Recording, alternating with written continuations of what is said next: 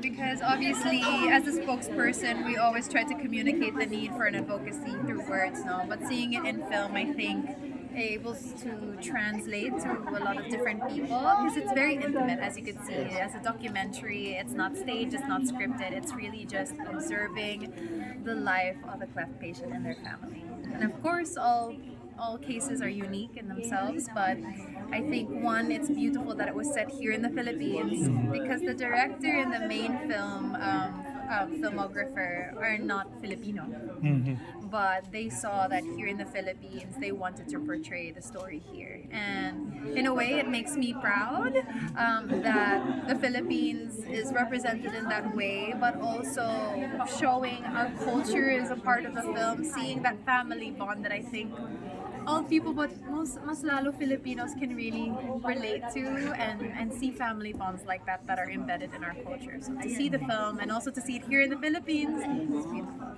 What do you hope to achieve? I just want to ask for your insight. Yeah. What do you think? What do you want to achieve when it comes to this film? I wanted to be able to touch more people because I think the matter of cleft is something that maybe goes on ignored or isn't seen as an important thing to be acted upon now. But as we've observed and also as we heard in the panel, the sooner or the earlier that an individual can receive the cleft care, the better. And these children or individuals, there's nothing wrong with them. It's just a birth defect. Ibig sabihin na pwede sila ma-integrate sa society. They can work, they can full function. Mentally, they're there. It's nothing that affects the way that they are as a person. It is just a birth defect that's of the physical nature. But as you can imagine, the inability to smile with confidence, to be accepted and not seen as other by your friends and community. Imagine how that impacts someone, mas lalo a child. So it's my hope that films like this are just not the beginning, but just the continuation of many efforts that we're all taking to really put out there that cleft care is important, it's needed, it's something that we need to support, and partners like Smile Train are offering it for free. I know you've been part of Smeltering for quite some time now. Yes. But what for you is the biggest misconception that the public has when it comes to the cleft issue? I think the biggest misconception is that it's just an aesthetic problem that needs one operation and then it's done.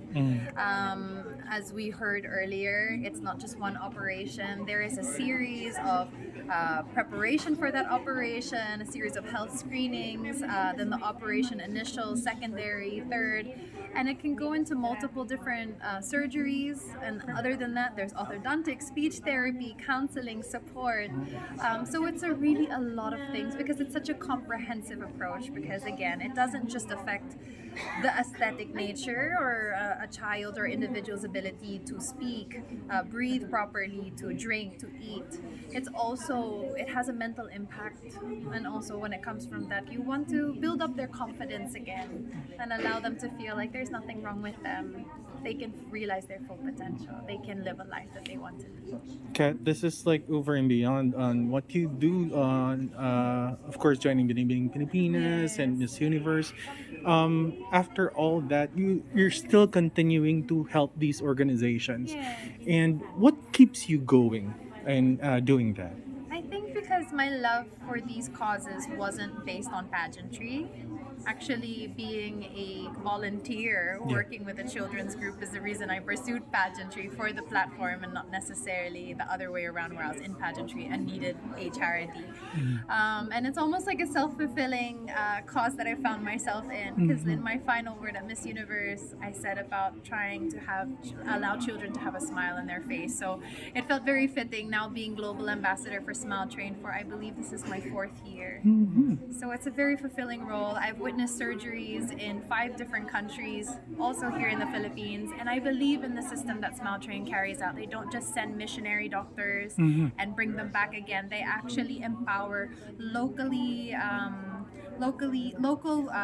health practitioners, medical practitioners. They train them so they themselves can serve as the community. So the work is sustainable. It keeps going even though someone from Smile Train is no longer there, if that makes sense. So I really believe in what they're doing, the work that they're doing. I've seen it firsthand, and so I'm very happy to continue working alongside them. What satisfaction do you get from lending your voice to this kind of advocacy, not just Smile Train, to other advocacies as well?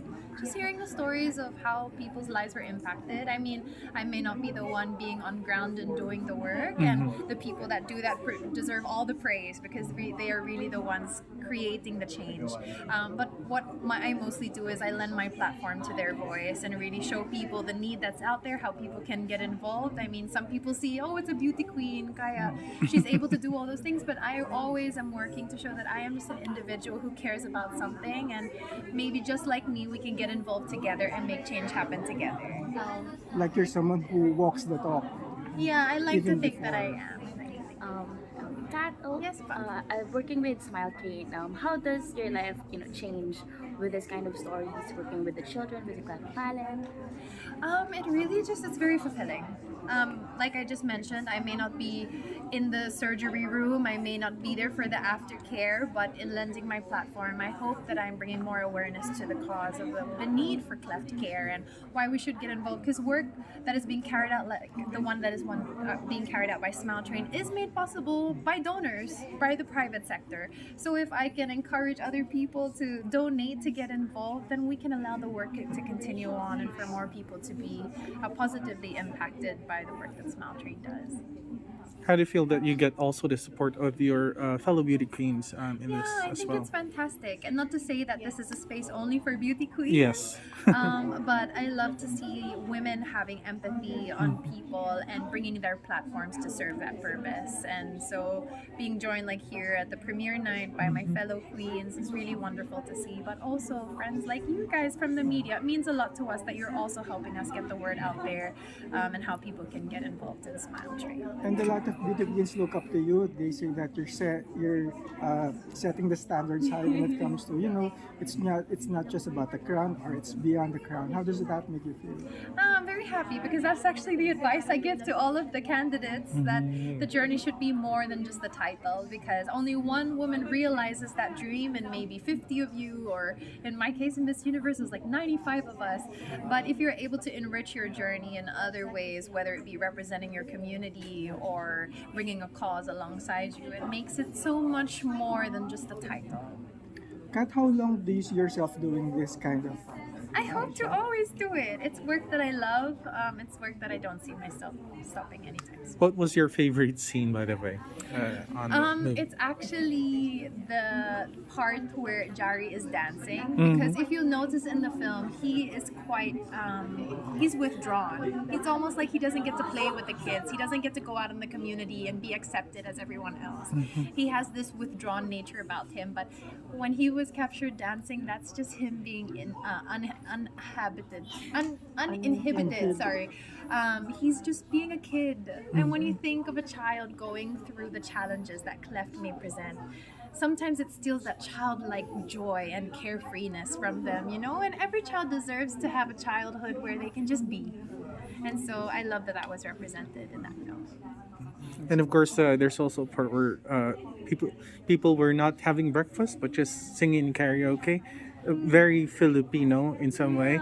Can you also maybe invite people to watch the movie, and also to help the I organization? actually don't know where the film is available to be seen just yet, but I understand there are discussions on how to premiere it here in the Philippines, although I'm not quite certain what that is yet. But for people to learn more about Cleft, about Smile Train, they can go to smiletrain.org. There's a lot of resources there, and if they may know someone who has untreated cleft lip or palate, you can reach out to Smile Train Philippines on all of their social media platforms: Facebook, Instagram, Twitter, and someone will reply to them there and get them the care that they need. And if you have like a doctor or that would like to also volunteer, Yes, any medical practitioners, surgeons, all of the medical practitioners, speech therapists, orthodontists, they volunteer their time to Smile Train. So if anyone is watching that wants to get involved and volunteer their time and expertise, it would be very much appreciated. And again, you can get in contact Philippines@smiltrain.org if you want to email them or reach out on their social media channels. Thank you po. Thank you so Thank much, you so Kat. much. Thank you. Po.